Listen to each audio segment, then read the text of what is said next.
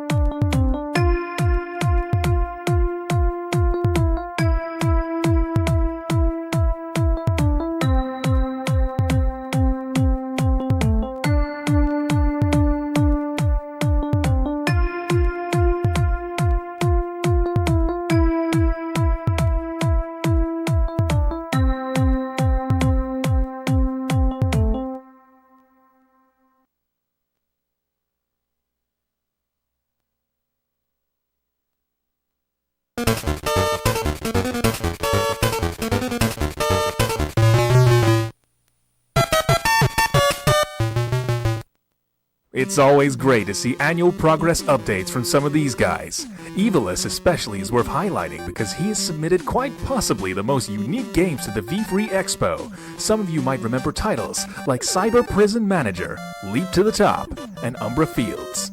If you didn't, I don't blame you. He really does submit everything. This upcoming trailer comes from a developer who has published multiple games, but is a first time for a show. In fact, I've heard this is actually a rare v3 premiere you won't find anywhere else. Cliax Games has produced titles such as Salaryman She, a retro-inspired platformer, or arguably their bigger title, Paper Ball Deluxe, a tough-as-nails arcade puzzle game, which can be found on PC and the Nintendo Switch. Today they have the pleasure of showing you a first look at their newest game, Cliax Codec.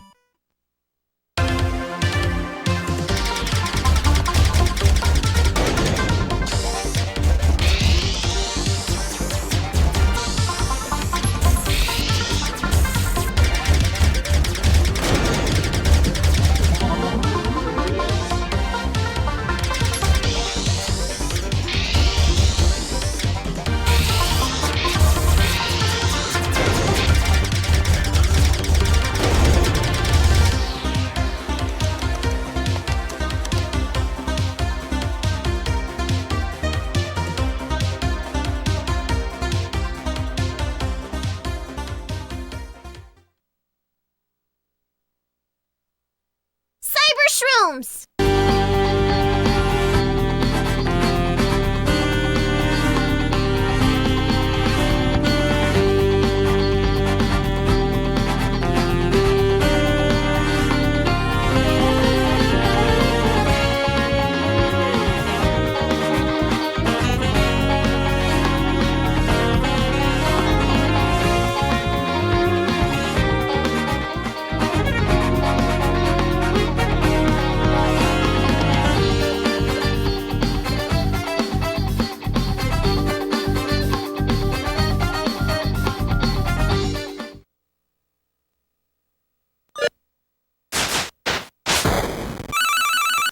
To whom it concerns. I am contacting you at the request of Ascom Inc. Mr. Wiley no longer wishes to have any contact with you directly.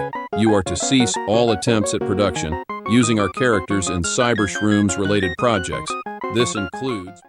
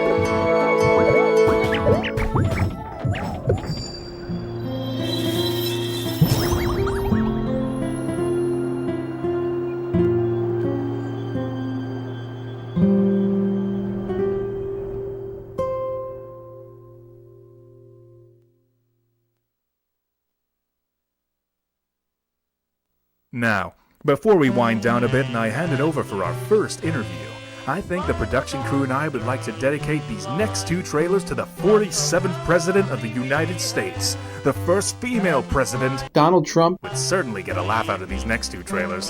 Here's hoping Donald Trump, has a prosperous 4 years that'll make even voters of Kamala Harris. see reason.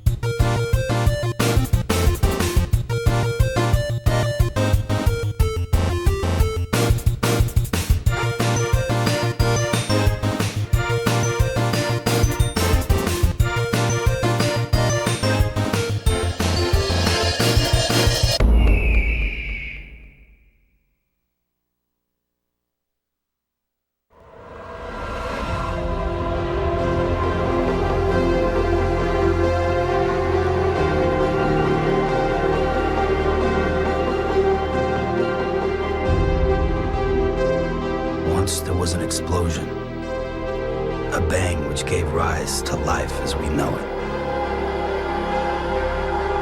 And then came the next explosion.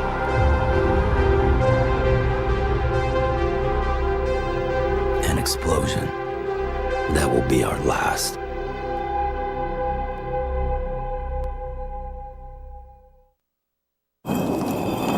It's 1:15. I'm a little drunk and I need you now.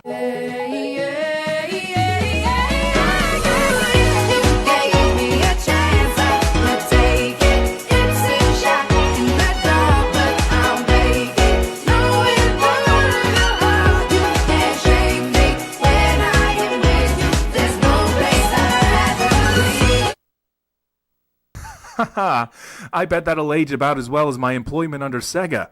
Well, with those first few batches of trailers out of the way, I'd like to give the camera to my good friend John, who is a rather popular guest with us tonight. Take it away, John. About time you hand over the mic, you screen hog. The election is this year, so of course we gotta make a joke about... Donald Trump, Let's keep it brief. I'm John V3, no relation, and I usually host a segment called Gonna Make It and Not Gonna Make It, but tonight I got a developer who's so going to make it that I just can't stall for much longer. Tonight, I'm interviewing the developer of Bokube, or as some of you kids might know, Boku Dev. Yes, sir. I am on the phone here with Mr. Boku Dev himself, also known as Frederick Conceptions. Or that's actually Frederick Conception. That's actually my last name, by the way. A lot of people get that mixed Oh, up. so I guess you don't want us to reveal your first name. Oh, it's Frederick. So it's Frederick. Frederick. People, no, it's Frederick Conception. People always, they look at me because I'm a mutt of many races, and they think it's Fernando for some reason. I don't know why. Oh well, to get into the meat of it, tell us a little bit about your game and how you got into game development. Okay, well, let's start with game development. I basically came to the conclusion that if I want to live a good life as a guy, I'd had to make my own purpose in life and go nuts at it autistically, because modern society doesn't really offer real purpose to guys. And it always puts them in a lose-lose position. So I'd have to come up with my own autistic dream and kind of like some dumb shonen anime character go at it. Like, that's my dream and I have to never give up. And that's the position I'm in pretty much with game development. Whether I make no money or money, I'm just going at it without giving up, pretty much. Whether it's retarded or will pan out in the long term, we'll see. And there's a guy I met that I can't tell you who he is, but he taught me the concept of owning 10 worlds. And just because a man has collected or made 10 things worth some value, the combination of those things takes care of him in the long term. Like, think hoarding 10 diamonds, but then some 3-letter agency shows up at your door and wants to kill you, but you give them maybe 2 of those diamonds, and they give you enough money to live out the rest of your days happily in peace, that kind of thing. And it's called Jukai. And Jukai, or ownership of 10 worlds, doesn't have to be hard assets these days. It could be something as simple as making like 10 video games worth of 10 worlds, you could say, right? And I pretty much made it my dream to make 10 really good video games and then use the money from those dreams to get an expensive diamond, a gold bar or something. I don't know. I don't fucking know. But each game's profits, pretty much. And I grew up in a pretty ghetto location outside of Chicago that had a lot of crime and gang-related incidents when I was a toddler. But my family was a right-wing Christian family, and my dad was, when I was like 3 or 4 years old, would buy me Japanese video games and expensive computer hardware and kind of pushed me in a direction of being some weeb instead of being a gang member. And it made me enjoy being home, instead of going outside and getting shot. I like playing video games and the internet and anime and whatnot. And since I was extremely young, I might have been like 2 or 3 or something. Eventually, we moved to safe upper-class places when I got older because my dad worked hard to get us out of the ghetto. But I still kept my love of video games and making things and dealing with technology and whatnot. So then why exactly did you start working on Bokube? What was the inspiration, in fact, just to make sure I'm saying it right? How do you pronounce the name of this game? I actually haven't told people how to pronounce it correctly because I'm doing some retarded marketing gimmick where I leave you all guessing how to pronounce it correctly. Nobody knows. It could be Bokube. It could be Bokubi. It could be Bokube. It could be Bokube. I'll never tell you. You'll have to figure it out. Guess. I'll have everybody guessing and discussing it more, and there'll be those dumb YouTube theories. And I'll get, it's free marketing. I'm pulling 4D chess tactics with marketing and whatnot. Oh, Frederick, it just so happens I have this here special machine called Google Text-to-Speech. I'm done. It's Let's over. see It's what over. it's really called. Oh, fuck. Wait, Bokube. what? Bokube. Guys, put this on the screen. Bokube. I can't say that on YouTube. Is this really it? Is that how you say it? Let's see if I can pull this up. There we go. We noticed that you have a successful Kickstarter campaign where you raised over $5,000. Really impressive, but what was the idea behind going to Kickstarter over doing a publishing deal instead? Years, because I went to game dev school when I was younger. I'm 28 now. I went to game dev school when I was like 17 because I graduated early. And I got a bunch of publisher offers over the years from pretty big people that you might know, but I'm not legally... Excuse me, I burped off my coffee. I'm not legally allowed to say. They always sucked. They wanted Bokube for free. Oh shit, you didn't hear that. They wanted it for free, and I would be forced to give them IP rights and sequel rights with no funding, basically selling my soul and only getting their marketing power. And I never wanted to agree to do that. I wanted funding to escape wage slavery because I started Bokube's development when I was 21, and I'm 28 now, so you can imagine how long I've been working on it. But it's only taken me that long because I've been a wage slave working on the game and being a full-time cook at the same time. You don't have to tell me. We are both wage slaves. You think talking about indie games pays well? Ha! They pay us in peanuts, pretty much. And that's why I always hated publishers, because I wanted one of them to give me enough money to work on it full time for at least 1 or 2 years, but I never could get that. It was always free offers, and they just take my entire soul and give me nothing but marketing. It sucked. They all suck. So crowdfunding, I eventually went with a Kickstarter to give me enough money to get a programmer early on when I was, I think, 22-ish, so that I could hire a programmer from agdg of all places. And they could write the original source code for the game, and it would be enough for me that I could build the rest of the game off of that and not need any more money or code forever. And that actually ended up being true, where the game has basically only used the funds from that 2017 Kickstarter, which is around like $6,000. And the only reason it hasn't released way sooner is because I've been a filthy wage slave the entire time. To divert us a bit from the questions I have written down here, don't worry, we'll circle around to them. I think the real thing is the viewers are really dying to know the story about how you came to being a prominent figure in the game developer generals. Okay. Like I said earlier, I was in game dev school back in 2013-ish, 2012, 2014-ish. It's hard to remember, but I was making prototypes for the 10 games in the future that I wanted to make into full commercial products. And I started to post one of these prototypes on V, in the game dev threads on V at the time. It was called Dream Nights, where like you play as this little boy who's trapped in a nightmare world by a demon, and the only way to escape out of the nightmare is to eventually kill that demon. It was basically like a Souls-like, an indie Souls-like, way back in 2012-ish. And I just got like hundreds of views and replies in that V thread that I needed to join some community called agdg, and I had no idea what a general was or anything like that. But I quickly went in there and started posting my work, and I just became a meme over time, especially when I switched with the project being to Bokube, because like I said, I knew nothing about programming or 3D modeling. So I hopped projects to Bokube, and I started to be like this, I don't want to say class idiot, but it was more like the retarded village clown in agdg who didn't know anything, because like I told you, I didn't know programming or 3D modeling. And eventually this sort of phenomenon started to happen in agdg where they're like, oh, we got to help the poor retard, he don't know anything. And slowly they started giving me knowledge while shitting on me at the same time.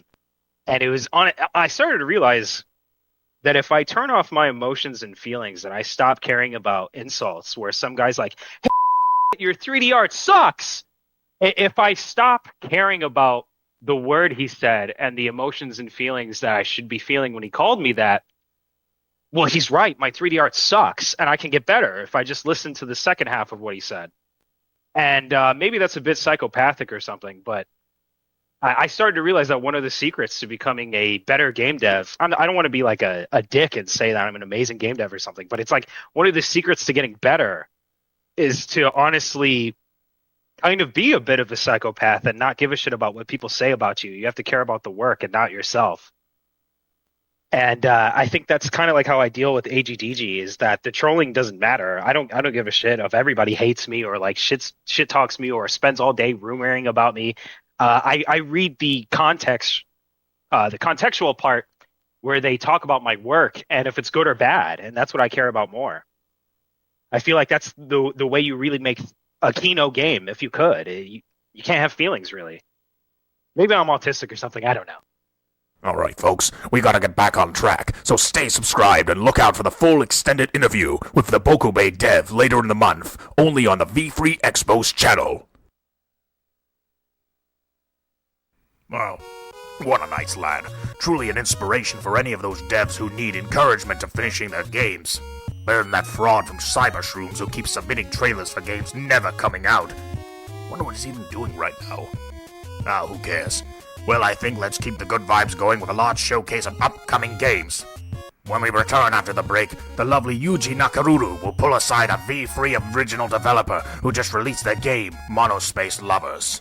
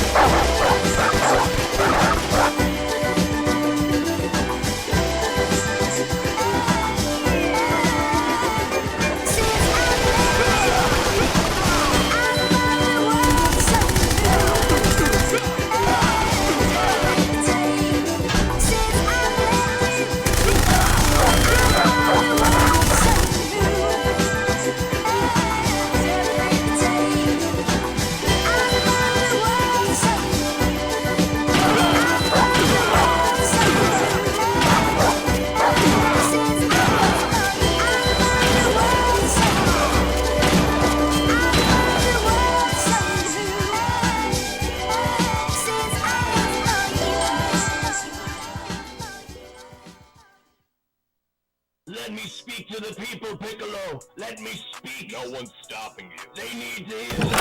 They need to hear this. One thing, I'm not a big fan of the government. 30 on 30. I'm not a big fan of the government. 30 on 30. I'm not a big fan of the government. 30. I'm not a big fan of the government. Not a big fan. Not a big fan of the government. I'm not a big fan of the government. Not a big fan of the government. Not a big fan of the government. Not a big fan of the government. Not a big fan of the government. Not a big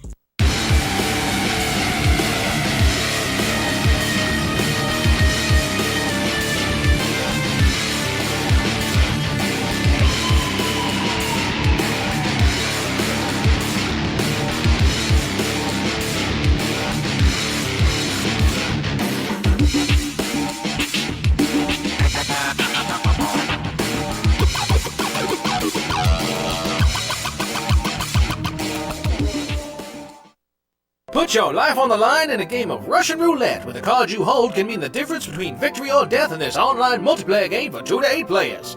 In Dead Man's Hand card roulette action, players pass the gun around the table and take turns pulling the trigger. Before you shoot, you get to play cards from your hand. The blue turn cards change the flow of gameplay, while the red trigger cards are used to activate traps against your opponent. Will the bullet they fire eliminate you or go right back where it came from? There's only one way to find out. The game features several playable characters with customization options that you can unlock just by playing the game.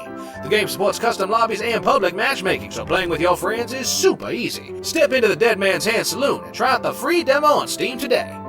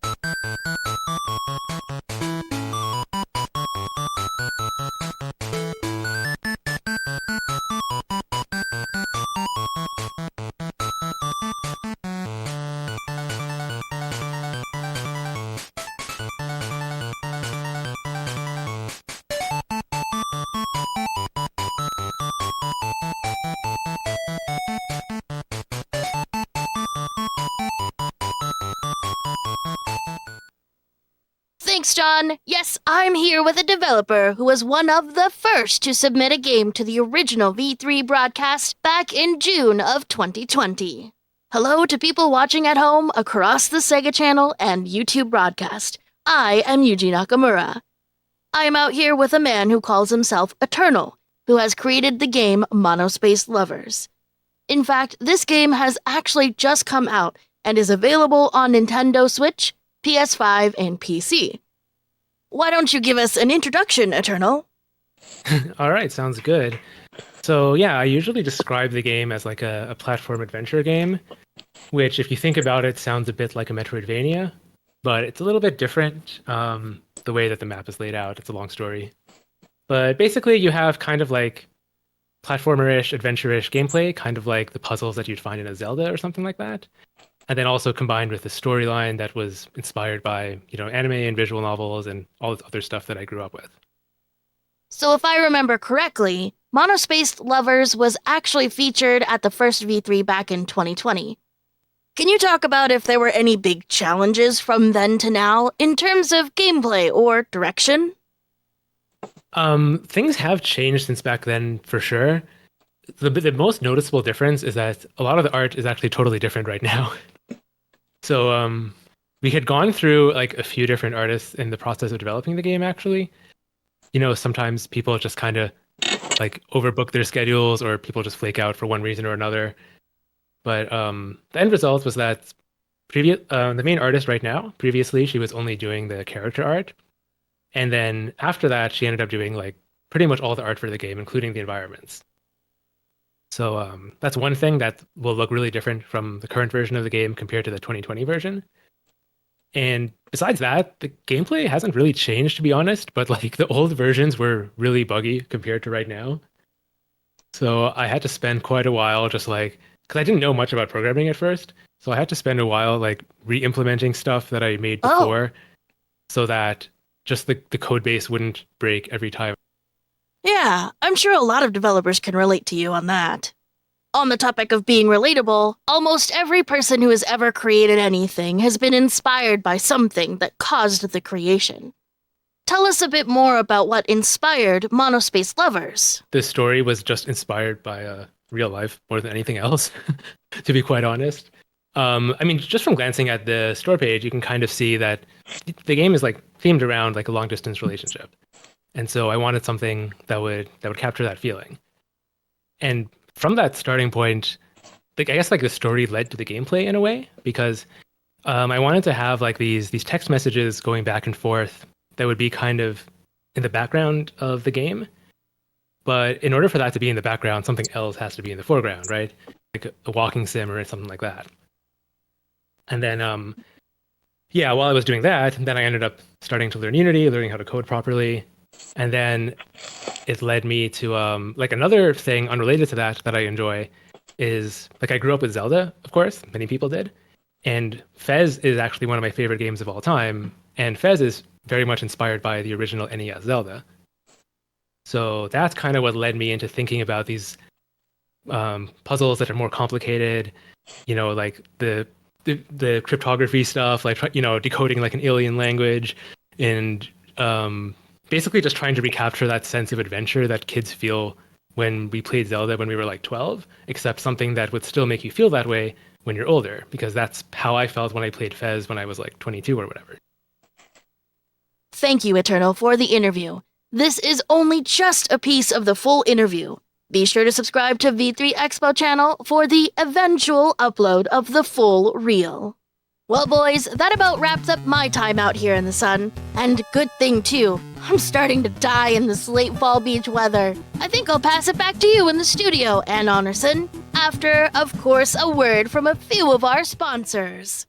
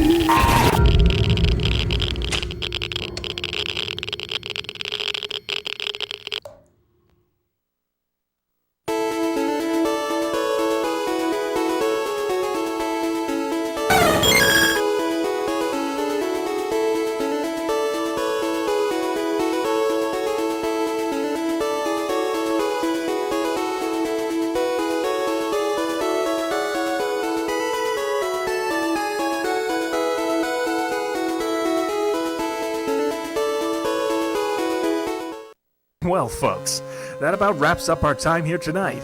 We certainly had a lot of new reveals and cool updates. I'd like to take a minute to thank the developers who have submitted for the show. Without them, we would be stuck twiddling our thumbs, probably forced to cover other things like the weather or politics. Ugh. But thankfully, we haven't sold out yet, so we don't gotta do those things. In fact, I hope we stick around long enough to show you people at home more hidden gems to play in the future. I'm Anon-erson, a part of the v3Expo network. Until next time, get back to working on your games. Good night.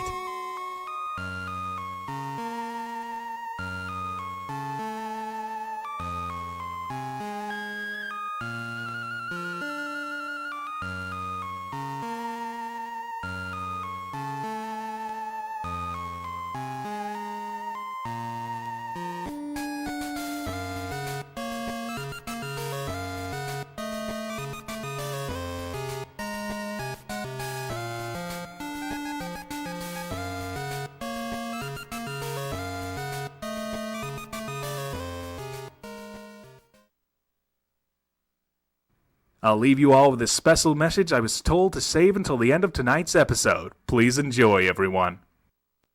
So E3 is cancelled. Now what? Recently, we were all shocked by the news that E3 2020 has been cancelled. Hey there, fellow gamers. Dr. Eggman telling you to tune into V3 on June 5th and 6th. What are you? E3? I thought this was E3. The game that we were making. And then I...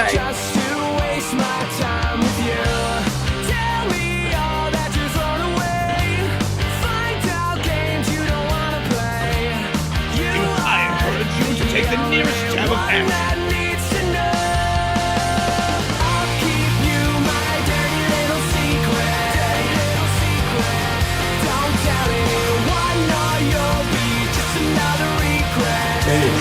Oh yeah.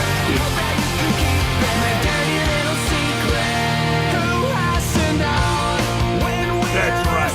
We outlived E3 again.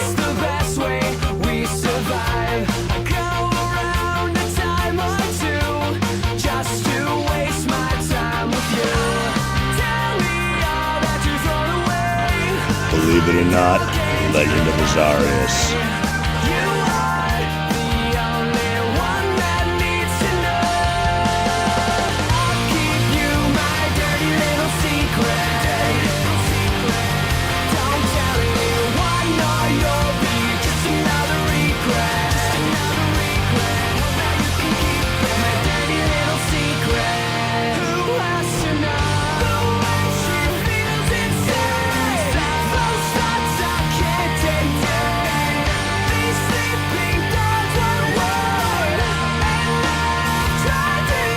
Welcome back to V3 2024.